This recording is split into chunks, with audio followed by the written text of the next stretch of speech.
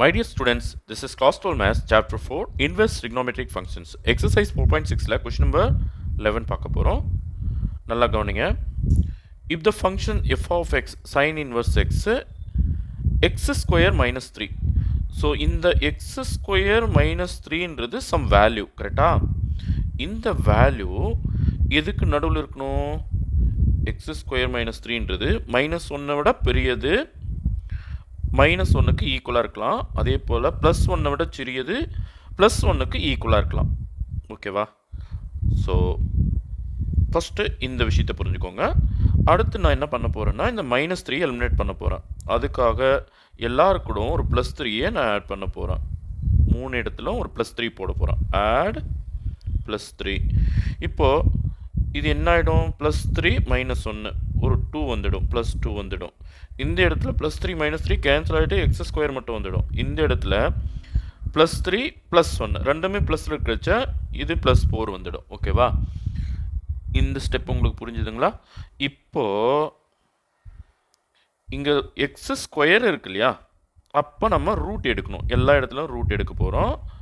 அப்போ என்ன ஆகிடும்னா இங்கே +r-√2ன்னு வந்துடும். அதே போல் இங்கே +r-2 வந்துடும். இந்த பக்கம் +r-2 வந்துடும். இப்போ ஒரு நம்பர் லைன் எடுத்துக்கோங்க. நம்பர் லைனில் இந்த கிரிட்டிக்கல் வேல்யூஸ் எல்லாம் நான் ப்ளேஸ் பண்ணுறேன் பாருங்கள். இந்த பக்கம் -∞, இந்த பக்கம் +∞. இந்த கிரிட்டிக்கல் வேல்யூ எங்கேயோ ஒரு இடத்துல 0 இருக்கிறதா எடுத்துக்கலாம். பாருங்கள், ஃபஸ்ட்டு என்ன வரணும்? -2 வரணும். இங்கே பாருங்கள், -2 +2 ரெண்டு வேல்யூ. இந்த பக்கம் +√2 -√2 ரெண்டு வேல்யூ. ஓகேவா? ஸோ இந்த இடத்துல -2, அதுக்கடுத்து என்ன வரணும்? -√2. அதுக்கப்புறம் இந்த பக்கம் +√2, அதுக்கப்புறமா தான் +2. புரியுதுங்களா? ஸோ இந்த கிரிட்டிக்கல் வேல்யூஸ் எல்லாம் நான் நம்பர் லைனில் ப்ளேஸ் பண்ணிக்கினேன். நல்லா கவனிங்க. இப்போது இந்த வேல்யூஸ் எல்லாம் எதுக்குள்ளே லை ஆகுதுன்னா -2லேருந்து -√2 வரைக்கும் வருது. அதுக்கப்புறம் இதிலெல்லாம் இந்த இன்டர்வலெல்லாம் வரல. ஓகேவா? பட் இந்த இன்டர்வலில் நமக்கு எக்ஸ்க்கான வேல்யூ வருது. புரியுதுங்களா? அப்போது எக்ஸ் பிலாங்ஸ் டுன்னு சொன்னாலும் ஒன்று தான், இந்த ரெண்டு இன்டர்வலில் நீங்கள் யூனியன் பண்ணி எழுதினாலும் ஒன்று தான். ஓகேவா? அப்போது -2லேருந்து -√2 வரைக்கும் போத் சைடு இன்க்ளூடட். ஏன்னா கீழே ஈக்குவல் சிம்பிள் இருக்கு பாருங்கள். So both side included and union. இங்கே ஒரு இன்டர்வல் வந்திருக்கு இல்லையா, அதையும் நம்ம எடுத்துக்கணும் இல்லையா. அப்போது +√2லேருந்து +2 வரைக்கும் இன்னொரு இன்டர்வல். ஓகே.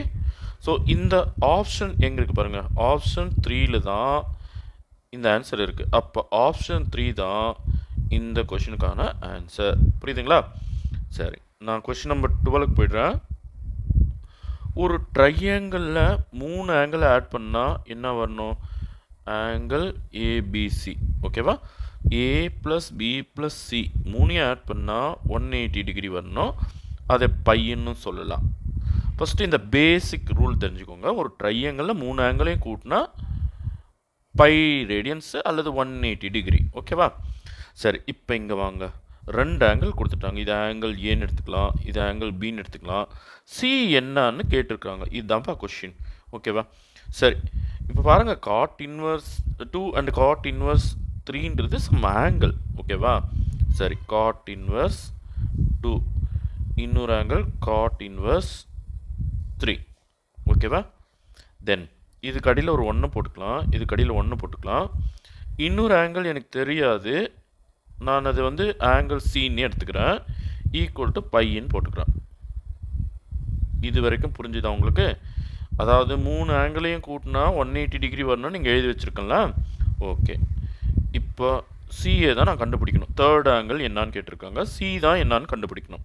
நல்லா புரியுதுங்களா? இப்போது இதை வந்து நான் டேனுக்கு கன்வெர்ட் பண்ணிட்டேன்னா நான் ப்ராப்பர்ட்டி யூஸ் பண்ண முடியும். ஓகே, இதை tan இன்வர்ஸ்ன்னு எழுதின உடனே 1 மேலே போய்டும், 2 கீழே வந்துடும்.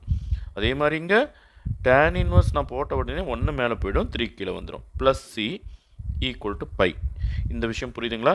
இப்போ நான் தாராளமாக ப்ராப்பர்ட்டி யூஸ் பண்ணலாம்.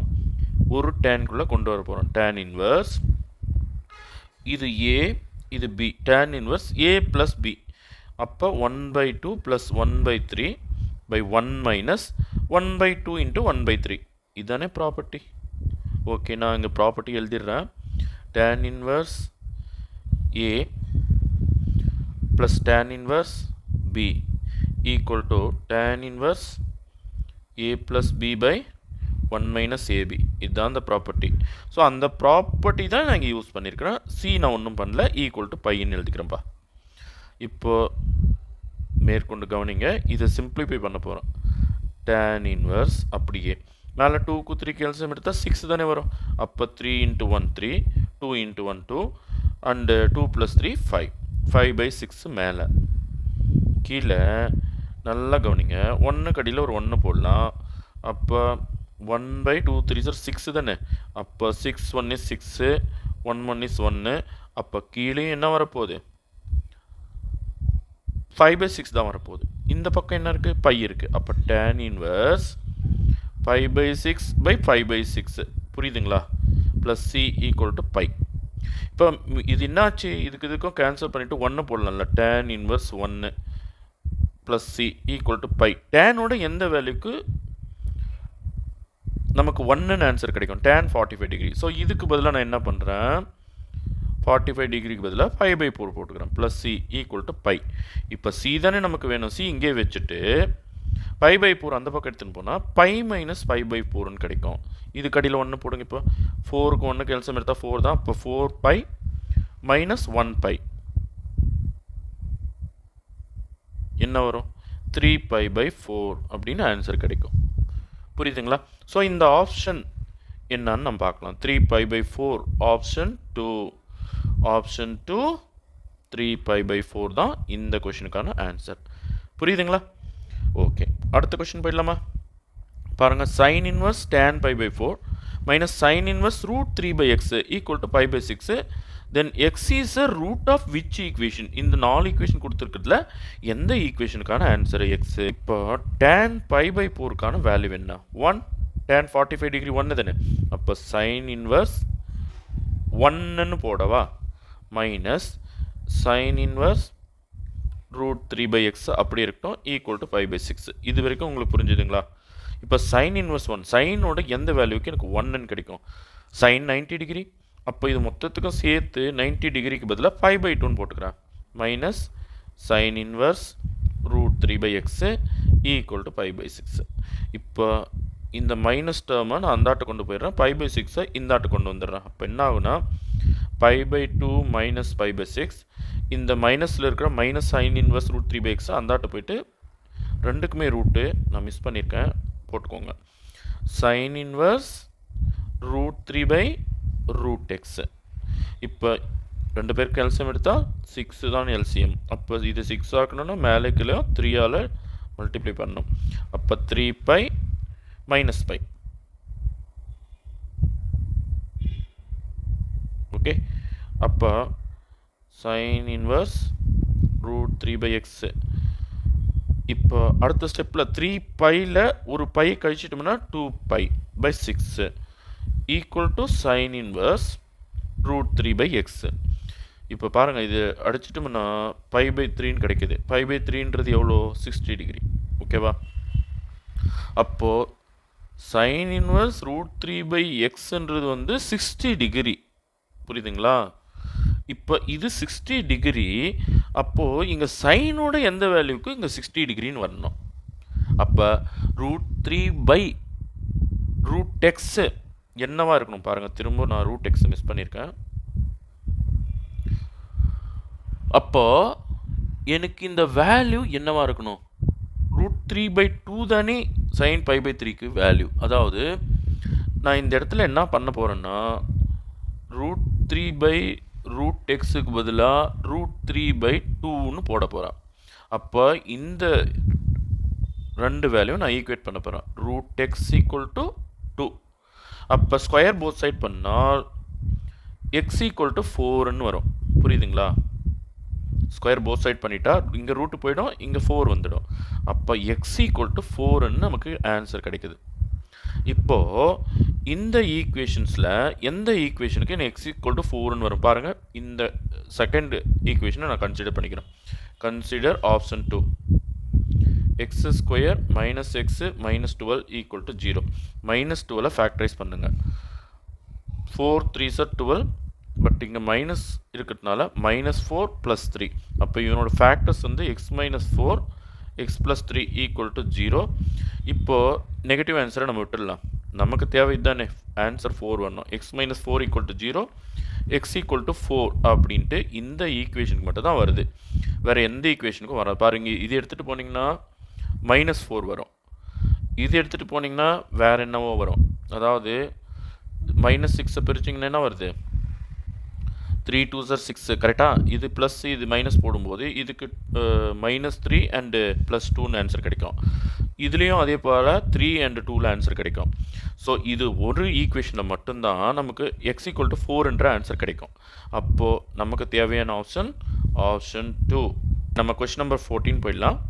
கொஷின் நம்பர் 14ல் கொடுத்துருக்கிற கொஷின் என்னென்னு பார்த்தீங்கன்னா, sine inverse 2 cos square x minus 1. இப்போது நான் உங்கள் கூட இன்னும் சில விஷயம் பேச போகிறேன். காஸ் 2xக்கு 3 ஃபார்முலா சொன்னால், ஒன்று வந்து cos square x minus sine square x, இன்னொன்று வந்து காஸ் 2xக்கு இன்னொரு ஃபார்முலா வந்து